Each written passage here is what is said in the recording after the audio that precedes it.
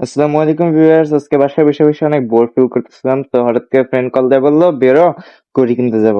তো এখন আমি আমার ফ্রেন্ডের সাথে যাচ্ছি, আরেকটা ফ্রেন্ডকে পিক আপ করবো, দেন আমরা ঘড়ি কিনতে যাব। তো যেতে যেতে হঠাৎ চোখের মধ্যে ময়লা ঢুকে পড়লো। এখন আমি ফ্রেন্ডের জন্য ওয়েট করতেছি। এই যে আমার ফ্রেন্ড এসে পড়ছে, এখন আমরা তিনজন যাবো ঘড়ি কিনতে। দেখেন এই যে রাস্তার পাশে কিভাবে ময়লা ফেলায় রাখা হয়েছে।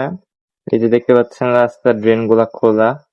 আমরা এসে পড়ছি বর্তমানে দক্ষিণখান বাজার। দক্ষিণখান বাজারে মেন রোডের কাজ চলতেছে, যার কারণে জলাবদ্ধতার সৃষ্টি হয়েছে এখানে। এই যে দেখতে পাচ্ছেন রাস্তায় কি পরিমাণে পানি, মানুষ জাস্ট কোন রকমের জীবনযাপন করতেছে।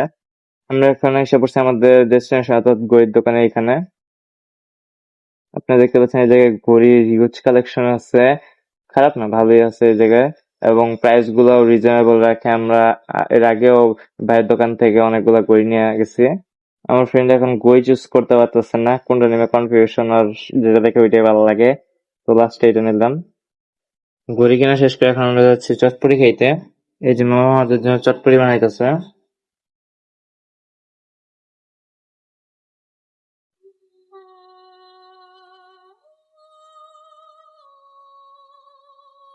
এই যে আপনারা দেখতে পাচ্ছেন মামার চটপটি প্রায় রেডি হয়ে গেছে, এখন জাস্ট ডিম আর ফুচকা দিয়ে রেডি করে ফেললো, এবং প্রচুর ঝাল দিছে মামা। মামার চটপটি অ্যাকচুয়ালি আজকে ফার্স্ট টাইম না, এর আগে অনেকবার ট্রাই করছি। স্কুলে থাকাকালীন এই জায়গা থেকে চটপটি খাওয়া হয়তো বেশি। মামার চটপটি অ্যাকচুয়ালি প্রচুর ঝাল হয়ে থাকে এবং অনেক ধরনের মশলা ইউজ করার কারণে ফুললি ফ্লেভারফুল একটা চটপটি হয়। গরম গরম ঝাল ঝাল মামার চটপটি সেই রকম লাগে। এখন আমি বাচ্চাদের মতো আইসক্রিম খেতে খেতে বাসায় চলে যেতেছি। Thanks for watching.